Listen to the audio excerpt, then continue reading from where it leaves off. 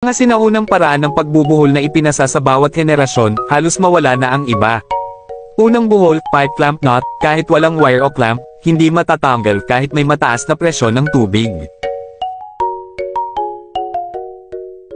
Ikalawa, ladder knot, gamit sa pag-akyat, mountaineering, electrical at plumbing work, at pwede ring pansamantalang hagdan.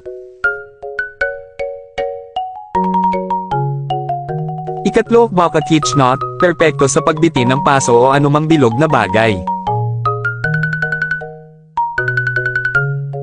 Ikaapat, trailer hitch knot, pang-emerhensyang paghila ng sasakyan.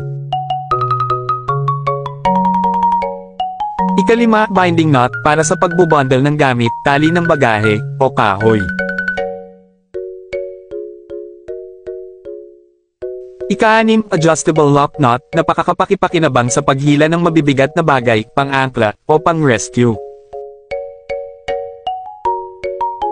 Ikapito, cross-lashing knot, ideal para sa camping, pagtatayo ng pansamantalang tolda, o plant rack.